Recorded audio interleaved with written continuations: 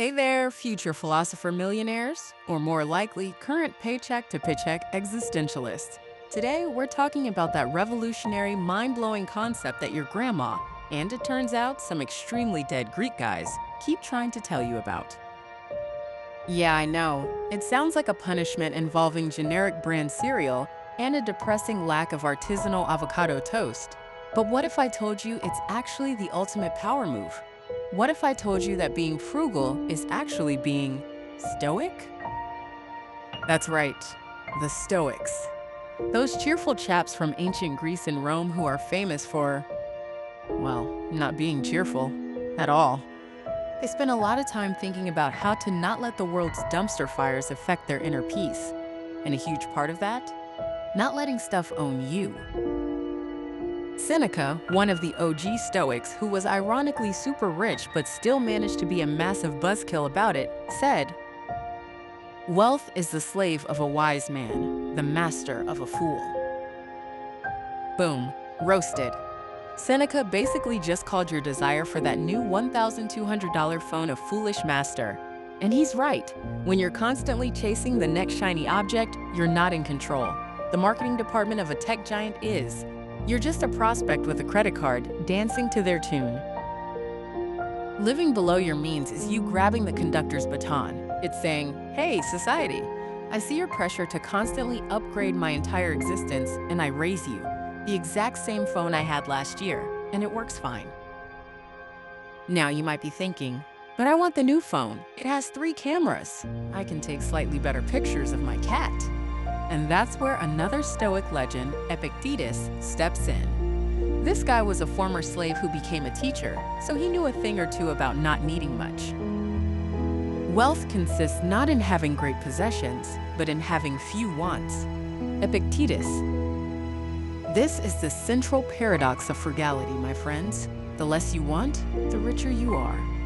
It's not about the number in your bank account. It's about the difference between that number and your desires. If you have $1 million but want $1 billion, you're poor. You're a beggar in a silk robe. If you have $50 and all you want is a good cup of coffee and a library book, you're content with what you have.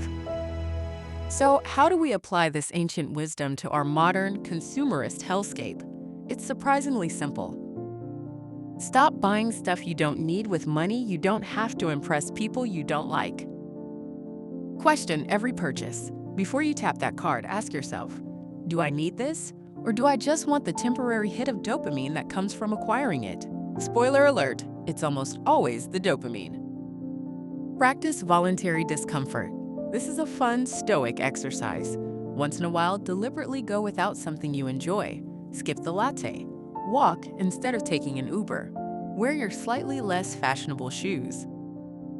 This last one is crucial. Seneca, again that party animal, suggested setting aside a few days a month to live on the scantiest and cheapest fare, wearing coarse and rough dress, and asking yourself the whole time, is this the condition that I feared? The answer, of course, is no. You didn't die. Your world didn't end. You're just a little less comfortable. And in realizing that, you gain incredible power. You're no longer terrified of losing your job, or your apartment, or your Netflix subscription. You know that even if the absolute worst happens, you'll be fine. You've practiced it. Living below your means isn't about being cheap. It's about being free. It's about building a fortress around your inner peace that no marketing campaign, no economic downturn, and no social media influencer can touch. It's about being the wise man who owns his wealth, not the fool who is owned by his desires. So go forth and be frugal. Embrace your inner stoic. And the next time you feel the urge to buy something you don't need, just picture Epictetus, rolling his eyes at you from 2,000 years in the past. It's a surprisingly effective deterrent. Thanks for watching, you beautiful non-materialistic philosophers. Don't forget to like, subscribe, and hit that notification bell so you never miss another dose of slightly cheekier wisdom. And remember, true wealth is wanting nothing, and also having a really good emergency fund. Because let's face it, Seneca never had to pay for an unexpected car repair. Bye.